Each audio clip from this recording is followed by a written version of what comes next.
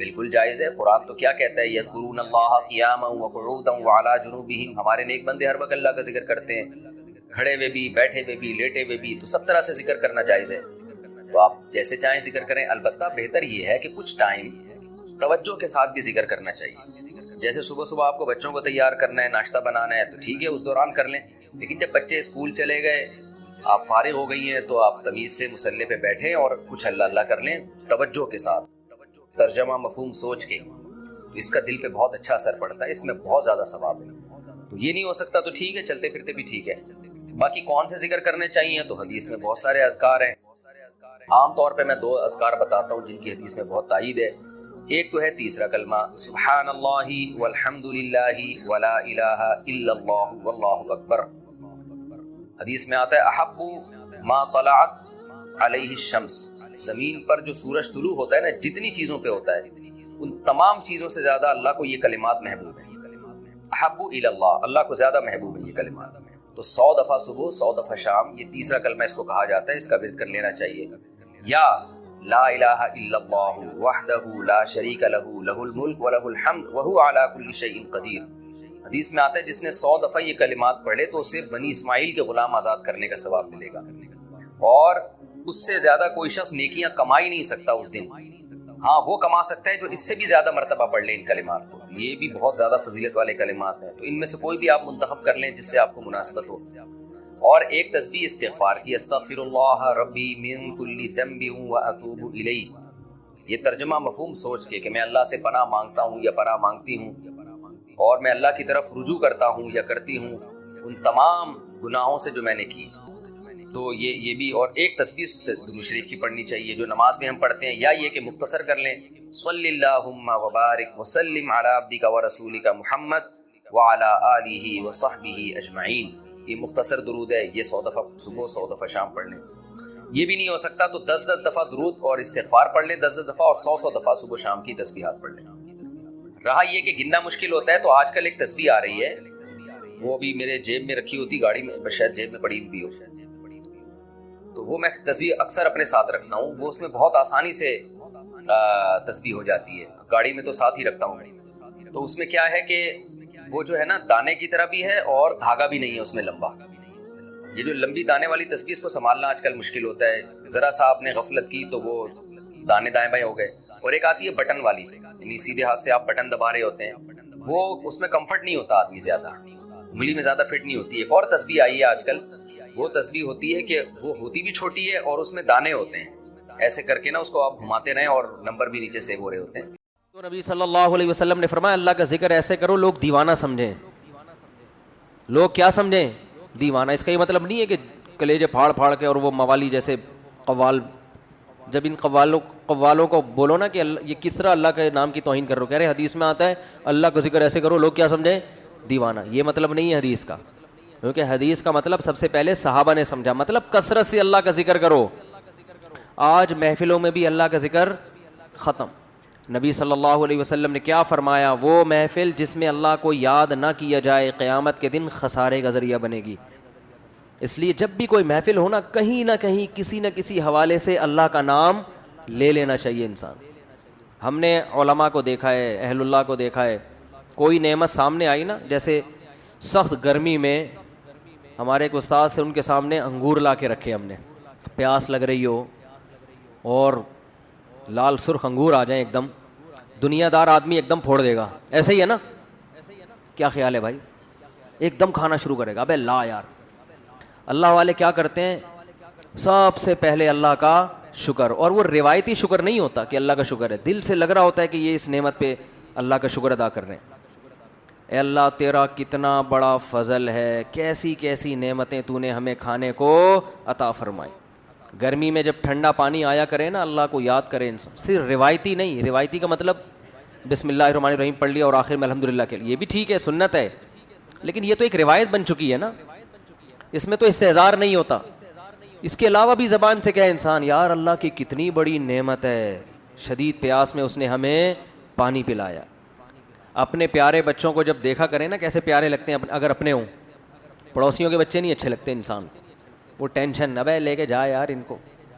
تو جب پیار آتا ہے تو فوراً کس کی طرف نسبت؟ اللہ کی نعمتیں بھائی. یہب لمن یشاء اناسا, جس کو چاہتا ہے بیٹیاں گفٹ میں دیتا ہے.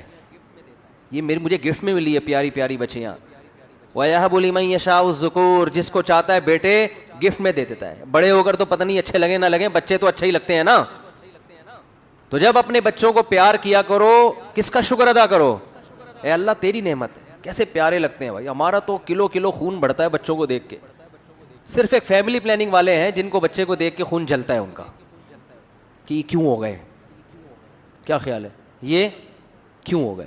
اور مجھے دیکھ کے تو اتنا خون جلتا ہے کہ ایک تو میں ہوں بھی چوتھے نمبر پہ. فیملی پلاننگ والے تو کہتے ہیں 2 کے بعد نہیں ہونے چاہیے نا, تو میں کون سے نمبر پہ ہوں, چوتھے نمبر پہ اپنے بہن بھائیوں میں. تو ایک تو اس لیے خون جلے گا, یہ تو اس کا تو پیدا ہونا ہی غلط تھا. کیا خیال ہے, اصول کے مطابق تو اس کو پیدا ہونا ہی نہیں چاہیے تھا. اس نے تو پیدا ہو کے غربت میں اضافہ کر دیا, کیونکہ 2 کے بعد جتنے ہوں گے غربت میں اضافہ کریں گے نا, اس لیے بھی جلتے ہیں. دوسرا اس لیے بھی جلتے ہیں کہ اس کے اپنے بہت سارے ہیں, اور اس لیے بھی جلتے ہیں کہ یہ بہت سارے بچے پیدا کرنے کی ترغیب بھی دیتا ہے.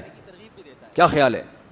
لیکن فیملی پلاننگ والوں کی جو ملامت ہے وہ میرے دل کے ارد گرد گھومتی ہے, اور میرے دل میں جو بچوں سے محبت ہے اس محبت کی گرمی ان کی ملامت کے تیروں کو میرے دل کے اندر پہنچنے نہیں دیتی. وہ جاتی ہے فیملی پلاننگ والوں کو جا کے الٹا جا کے لگتی ہے. سمجھتے ہو, میں ان سے کہتا ہوں کہ تم بھی اپنے بچے پیدا کرو تو زندگی سکون میں آئے گی تمہاری. اللہ پہ توکل کرنا سیکھو, اللہ کے بندو اعتماد کرنا سیکھو. خدا کی قسم دولت میں مزہ نہیں ہے, ایک دھیلا جیب میں نہ ہو لیکن نظر کس پر ہو, اللہ پر ہو. اس میں بڑا مزہ ہے کہ انسان کا جب اللہ سے تعلق ہوتا ہے نا تو پھر غربت میں بہت مزہ آتا ہے. اس کو پتہ ہے کہ کھلائے گا کون, اللہ. تو وہ ایک بزرگ تھے, ان کے پاس ایک طالب علم پڑھا کرتا تھا, فاقوں میں وقت گزر رہا تھا. تو وہ بچہ جو تھا نا, جب وہ گھر جاتا, کھانے وانا ہوتا نہیں تھا گھر میں, تو ماں سے پوچھتا کچھ کھانے کو ہے, تو وہ کہتی نہیں آج ہم اللہ کے مہمان ہیں. دیکھو اللہ کے مہمان کو تو زیادہ ملنا چاہیے نا, مطلب یہ کہ آج ہمیں بس اللہ ہی کھلائے گا. بچہ سمجھ جاتا کہ آج گھر میں کچھ بھی نہیں ہے. تو ایک دن گھر میں گیا, کچھ ہے, انہوں نے کہا ہے کھانے کو. تو کہنے لگا اماں جب تو یہ کہتی ہے نا کہ آج ہم اللہ کے مہمان ہیں, تو اس کلام میں جو لذت ہے وہ کھانے میں نہیں ہے. بھوکا رہنے کا اپنا مزہ ہے بھائی, اپنی حماقتوں سے بشرطے کہ بھوکا نہ رہ ہو. ایک ہوتا ہے اللہ کی طرف سے آزمائش, ایک ہوتی ہے اپنی حماقتوں سے. بے روزگاری کی وجہ سے خود ہی کوئی قابلیت ہی نہیں ہے, نہ پڑھائی میں دل لگا رہا ہے, نہ کوئی محنت مزدوری کر رہا ہے, پھر جو بھوک آئے گی یہ اللہ کی طرف سے نہیں ہے, یہ آپ کی حماقتوں سے ہے. اور اس میں خوشی بھی نہیں ملتی انسان کو, اس میں اور ٹینشن میں جاتا ہے. تو کہ جو غیر مسلم ہیں وہ اللہ کی عبادت کسی نہ کسی مفاد کو سامنے رکھ کے کرتے ہیں. وَمِنَ النَّاسِ مَن يَعْبُدُ اللَّهَ عَلَى حَرْفٍ, بہت سے لوگ ایسے ہیں جو اللہ کی عبادت, خدا کی عبادت ایک کنارے پہ کھڑے ہو کر کرتے ہیں.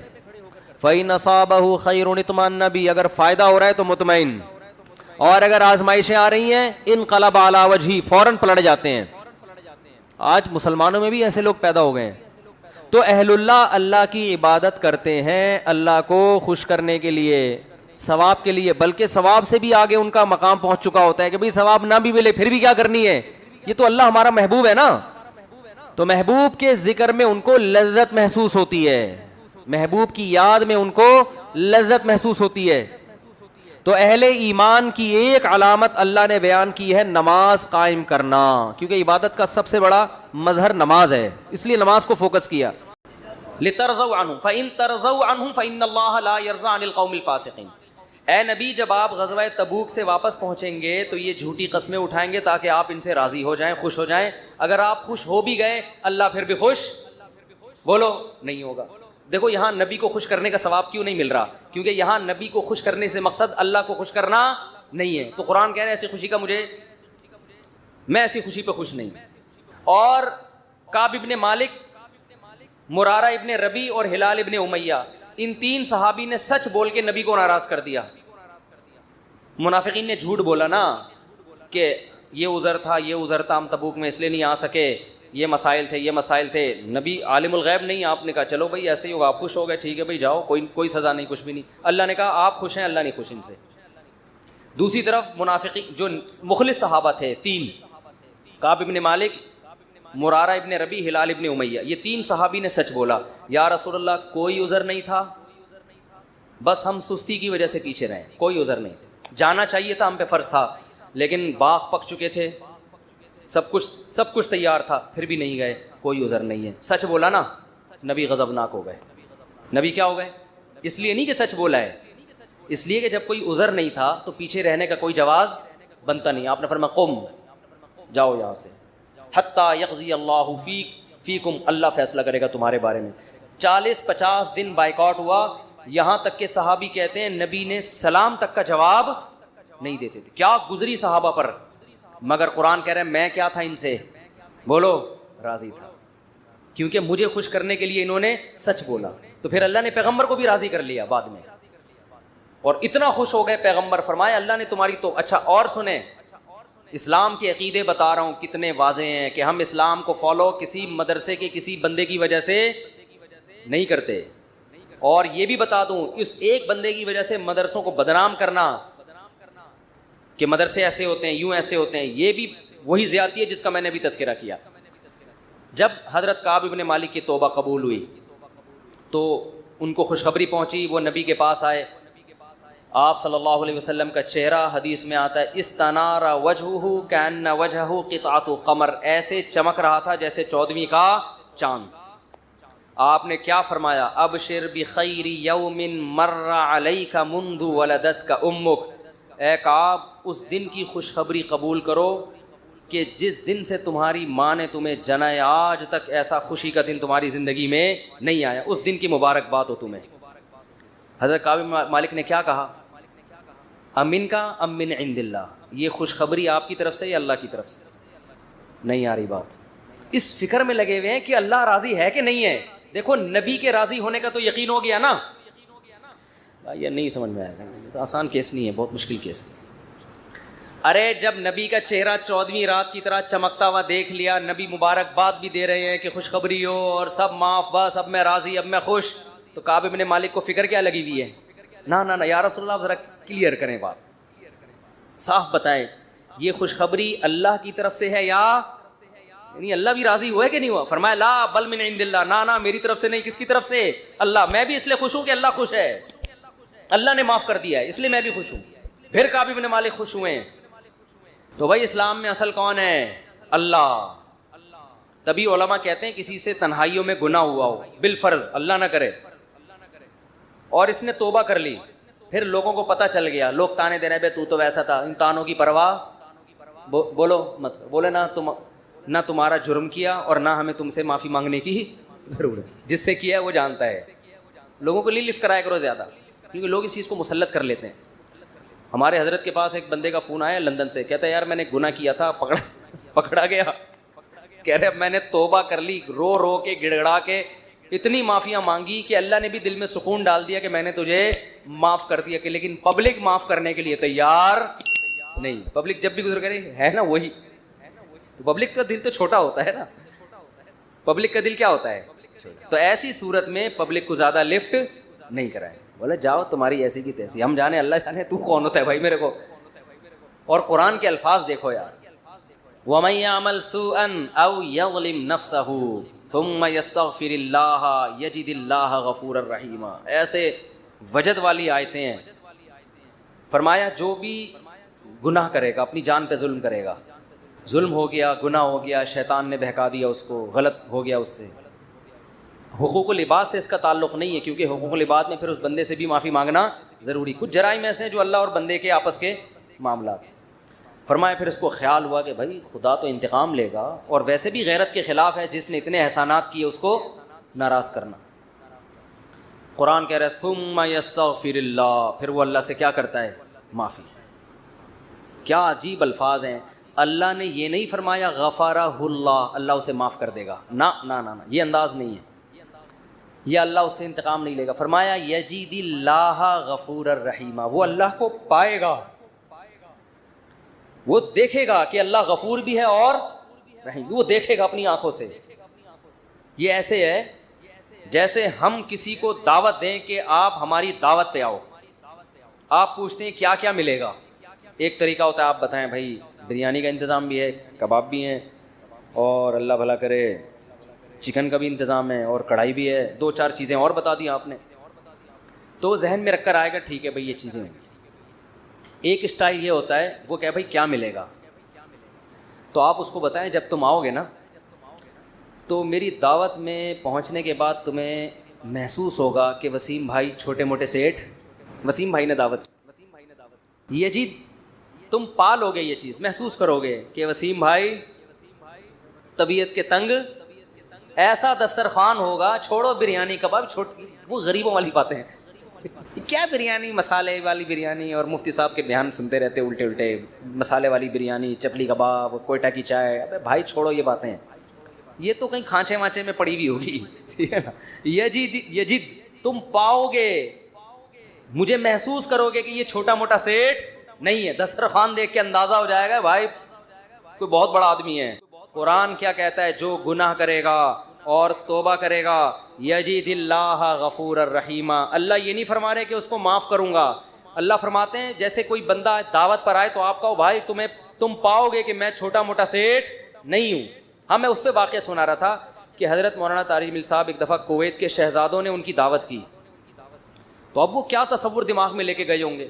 فرماتے ہیں میں حیران ہو گیا, اونٹ کے بچے صحیح پورے روسٹ, نہیں آئی سمجھ میں. آپ کو پتہ ہے اونٹ کا بچہ کسے کہتے ہیں؟ اونٹنی کے جو بچے ہوتے ہیں نا وہ ذبح کر کے کھال اتار کے کنووں میں پورے روسٹ چاول بھر کے دسترخوان پہ رکھے. بکرے روسٹ تو سنے ہوں گے, اونٹ روسٹ نہیں سنے ہوں گے. اب جو شہزادے ہیں ان کے لیے یہ کوئی اتنی بڑی چیز نہیں ہے, ان کی یہ بریانی ہے, ٹھیک ہے نا, ان کی یہ کیا ہے. اب ان سے اگر مولانا طارق جبیل صاحب پوچھیں شہزادوں سے جی آپ کی دعوت ہے کیا کیا ملے گا, تو ان کو غصہ آئے گا نا, نہیں یار یہ سمجھ میں یار, او بھائی ان کو غصہ آئے گا نا کہ یار ہم کویت کے شہزادے ہیں, ہماری کرنسی دیکھو, اور ہم یہاں کا تو غریب آدمی اتنا پرتکلف کھانا کھاتا ہے, اور تم شہزادوں سے پوچھ رہے ہو کھانے میں, آپ کو غم ہو رہا ہے کہ پتہ نہیں بریانی ملے گی کہ نہیں ملے گی, پتہ نہیں روٹی ہوگی کہ نہیں ہوگی. تو اگر وہ ان سے پوچھتے تو وہ جواب میں یہ تھوڑی کہتے کہ یہ بھی ہے یہ بھی ہے, وہ کہتے بھائی آ جاؤ پتہ چلے گا شہزادوں نے دعوت کی ہے. آ جاؤ گے تو پتہ کیا چلے گا, پتہ چل جائے گا کہ شہزادہ بھی کوئی نائجیریا کا نہیں, کہاں کا, کویت کا عرب شہزادہ ہے, اس کی دعوت ہے, آپ آئیں. اور ان کو پتہ چل گیا, انہوں نے بیان میں بھی بتا دیا. تو اللہ کا انداز یہی ہے, فرمایا تم سے کتنا بڑا جرم ہو جائے, کتنا بڑا جرم, یہاں تک کہ نبی نے فرمایا کہ اللہ فرماتے ہیں یا عبادی لو بلغت ذنوبک عنان السماء, تم نے گناہ کرتے کرتے کرتے کرتے زمین آسمان کے خلا کو بھر دیا, اتنے گناہ ہو گئے, ثم استغفرونی, پھر ایک دن تمہیں خیال آیا یار یہ غلط ہوا ہے, یہ نہیں ہونا چاہیے تھا, رب کو منانا چاہیے, بالآخر اس کا انجام برا ہے, گناہ کی سزا ملتی ہے, تو آپ نے ہاتھ اٹھا کے اللہ سے معافی, کسی اور کے در پہ نہیں گئے, کسی کی پرواہ بھی نہ کرو کون کیا کہہ رہا ہے, اللہ سے معافی مانگی. تو حدیث کے الفاظ کیا ہیں, قرآن کے الفاظ بھی عجیب ہے جو میں نے بتائے. قرآن کے الفاظ کے اللہ فرماتے ہیں معاف کرنا, تو یہ تو ہلکی بات ہے نا, معاف کروں گا تو مطلب یہ کہ یہ بریانی ملے گی, کوفتے ملیں گے, سالن, یہ تو ہم نے بتا دیا نا. اللہ فرماتے ہیں توبہ کر کے دیکھ, تو اللہ کو غفور اور رحیم پائے, غافر نہیں راحم نہیں, غفور مبالغہ ہے, تو اللہ کو محسوس کرے گا کہ تیرا رب چھوٹا موٹا معاف کرنے والا نہیں ہے, رحیم کا مطلب بہت رحم کرنے والا ہے. اور اللہ یہ تجھے دکھائے گا, دکھائے گا کا مطلب کیا ہے, تیرے دل میں سکون پیدا ہو جائے گا کہ میرے رب نے مجھے معاف کر دیا. یہ توبہ کا پہلا انعام ملتا ہے دنیا میں, معاف بھی کرے گا اور اطمینان بھی دلا دے گا, معاف کر دیا. تعلق, وہ اطمینان کی علامت کیا ہے, اللہ سے جو تعلق ٹوٹا ہوا تھا وہ آپ کو جڑا ہوا محسوس ہوگا. گناہ کی وجہ سے جو دل میں کالک آ گئی تھی وہ کالک آپ کو ختم ہوتی ہوئی نظر آئی.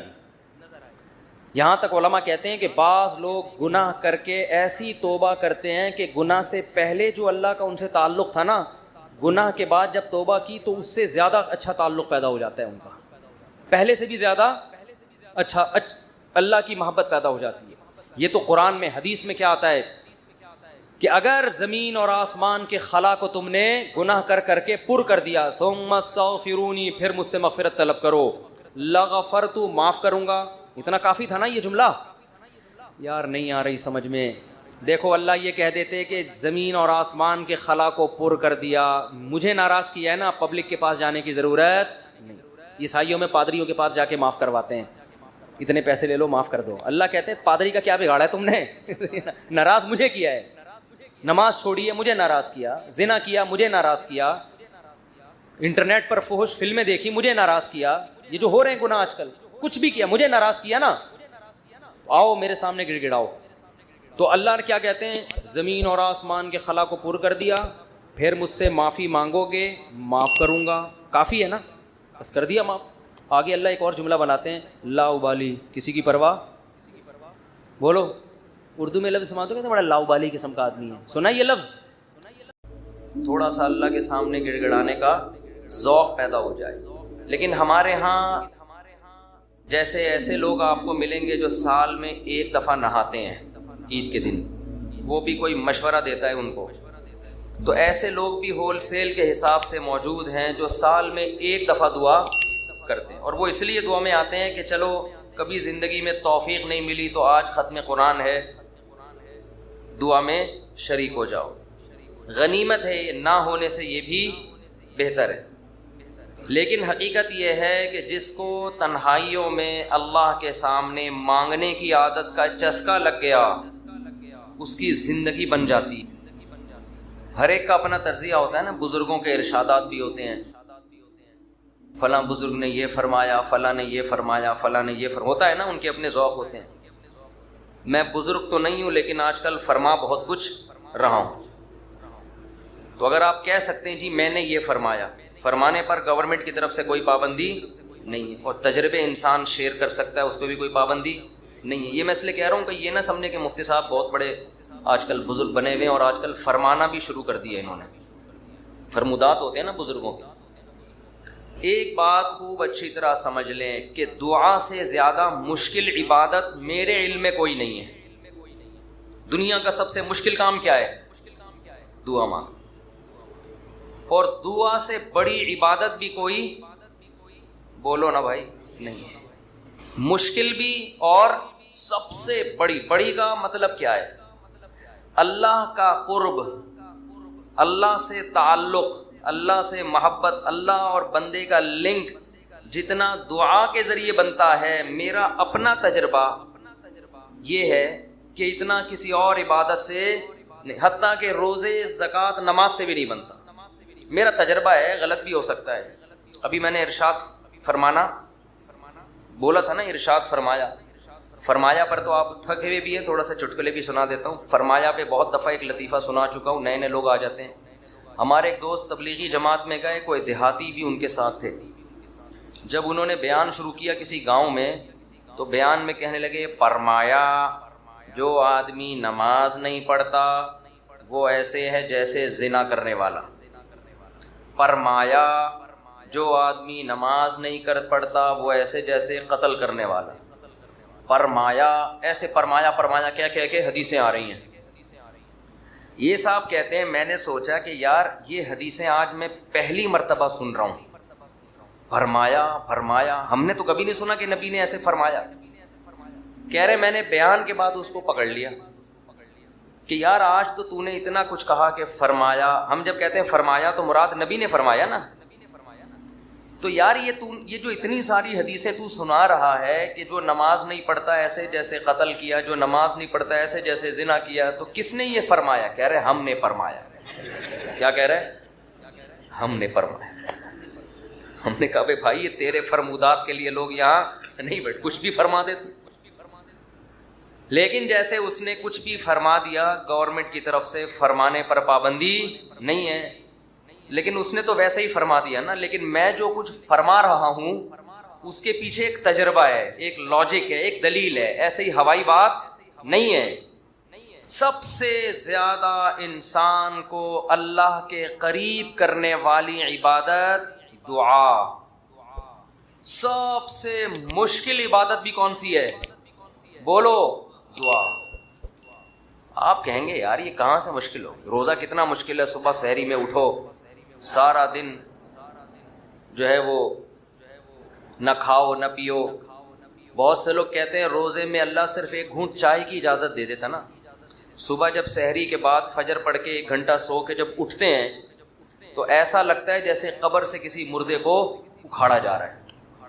عجیب سی حالت ہوتی ہے نا اس وقت. اسی طرح آفس میں پہنچ جاتے ہیں, پھر اگر ایک آدھ گھونٹ چائے پینے کی اجازت ہوتی کیسے فریش ہو جاتے، لیکن اللہ نے اجازت نہیں دی. تو آپ کہہ سکتے ہیں اتنی مشکل عبادت روزہ، مفتی صاحب کہہ رہے ہیں نہیں، دعا مانگنا اس سے بھی زیادہ مشکل. نماز کتنی مشکل عبادت، لیکن مولانا صاحب کہہ رہے ہیں یہ فرمایا بھی وہی فرمایا ہے جو اس نے فرمایا تھا. یہ کیا ہو رہا ہے بھائی؟ اس کو دنیا میں سب سے مشکل بات پتہ ہے کیا ہے؟ الفلاحیہ کا اسپیکر ٹھیک ہو جائے. حقیقت یہ کبھی ٹھیک، دیکھو اسٹائل دیکھو، ادھر بھی لگا ہوا ہے، ادھر بھی رکھا ہوا ہے، ادھر ایک اور لگا ہوا ہے، پھر بھی بیچارے لگے رہتے ہیں. یہ کہتے ہیں جنات ہیں. تو آپ کہہ سکتے ہیں بھائی کیسے مشکل ہے. اصل میں دعا، اور ایک اور اشکال ہوگا، آپ کہتے ہیں لوگ تو بہت دعائیں مانگتے رہتے ہیں. کتنی دعائیں مانگتے ہیں نا، صبح شام دعائیں مارکیٹ میں چل رہی ہیں ہول سیل کے حساب سے. اصل میں وہ دعائیں پڑھی جا رہی ہیں، مانگی بولو. دعا پڑھنا بہت آسان. یونس علیہ السلام نے مچھلی کے پیٹ میں لا الہ الا انت سبحانک انی کنت من الظالمین کہہ کے دعا پڑھی نہیں تھی، یہ دعا مانگی تھی. اور ہم کیا کر رہے ہوتے ہیں؟ پڑھ رہے ہوتے ہیں. جتنے مرد یہاں بیٹھے ہیں، جتنی خواتین بیان سن رہی ہیں اوپر، ان سے گزارش ہے کہ اپنے معمولات میں دعا کا اضافہ کریں اور اللہ سے دعا مانگنے کا معمول بنائیں. دعا مشکل کیوں ہے یہ میں بتانا چاہ رہا تھا. باقی جتنی عبادتیں ہیں ان میں کتنی ٹینشن ہوتی ہے، وضو کرو، پھر چل کے آؤ، صبح سحری میں اٹھو، روزہ رکھو. دعا میں تو کچھ بھی نہیں ہے، یوں کرو اور پڑھنا شروع کر دو. اصل میں دعا نام ہے دل کے لگنے کا، جذبے کے ساتھ مانگنے کا. شیطان انسان کو یہ باور کراتا ہے کہ تو مانگتا ہے ملے گا تجھے کچھ بھی نہیں، اس لیے مانگتا ہے ہی نہیں، پڑھتا ہے. کیونکہ جب مانگ رہے ہوتے ہیں نا تو پتہ ہوتا ہے کہ ملنے والا بولو کچھ بھی نہیں. لیکن چونکہ مسلمان ہیں، شاید ٹرائی کر کے دیکھتے ہیں، شاید کچھ ہو جائے، تو زبان تھوڑی گھس جائے گی. اس جذبے سے جب دعا مانگی جاتی ہے تو وہ دعا نہیں کہلاتی. دعا کا مطلب یہ ہوتا ہے کہ میں نے جس کے دربار میں ہاتھ پھیلائے ہیں وہ بڑا جواد اور کریم ہے. اور نبی نے فرمایا اللہ کو اس بات سے شرم اور حیا آتی ہے کہ کوئی اس کے سامنے ہاتھ اٹھائے اور اللہ ان ہاتھوں کو خالی واپس کر دے. جیسے علاقے کا سیٹھ ہو، سخی بھی ہو، کوئی بھیکاری اس کے پاس آئے اور وہ سیٹھ اسے دھکے دے کے نکال دے تو اسے شرم آئے گی اگر وہ غیرت مند ہوگا. تو اللہ سے زیادہ غیرت مند دنیا میں کوئی بھی نہیں ہے. تو جن کو یہ احساس ہو جاتا ہے نا کہ جو ہم مانگ رہے ہیں وہ مل رہا ہے، تو آپ سوچو ایک بادشاہ نے آپ کو آفر دے دی کہ یار جو 1 گھنٹے میں جتنا مانگنا ہے مانگ لو، میں سب دے دوں گا. تو آپ سارے کام کاج کو چھوڑ کر کس کو فوکس کرو گے؟ بولو. جب تک آپ تھک کے چور نہیں ہو جاؤ گے آپ رٹا لگا کے رکھو گے، مانگتے ہی رہو گے، مانگتے ہی رہو گے. آپ کو پتہ ہے سب مل رہا ہے. دوبارہ مثال دیتا ہوں. وزیر اعظم آ گئے بھی آپ کے پاس، آپ کے گھر پہ عیادت کے لیے، کورونا میں کوئی کیس چل رہا تھا. ایک مثال دے رہا ہوں، ایسا ہوتا نہیں ہے لیکن فرض ونس اپون اے ٹائم. اور اس نے آپ بلکہ بلینک چیک دے دیا آپ کو، کسی IMF نے بلینک چیک دے دیا، جتنے پیسے بولو گے مل جائیں گے. ایسا ہوتا نہیں ہے. مثال دینے پر گورنمنٹ کی طرف سے کوئی پابندی نہیں. تو آپ اس چیک پہ کیا لکھو گے؟ بولو. 5 روپے، 10 روپے، 20 روپے، 30 روپے. وہ کہے کہ ایک ہی دفعہ بھرنے کی اجازت ہے، دوبارہ آپشن. آپ پتہ کیا کرو گے؟ جو اس میں ہند سے جہاں لکھے جاتے ہیں نا، 9 سے شروع کرو گے، وہ بھی چھوٹا سا 9 لکھو گے تاکہ جتنے 9 اس میں گھسیڑے جا سکتے ہیں میں گھسیڑ دوں. ایسا ہی ہوگا نا، چھوٹا سا 9 تاکہ بینک والا چشمہ لگا کے دیکھے. 9 9 9 9 9 9 9 9 یعنی 9 ارب 9 کھرب 99 ارب 99 کروڑ 99 لاکھ 99,999. کیا خیال ہے؟ نہیں یاری بات، میرا خیال ہے سمجھ.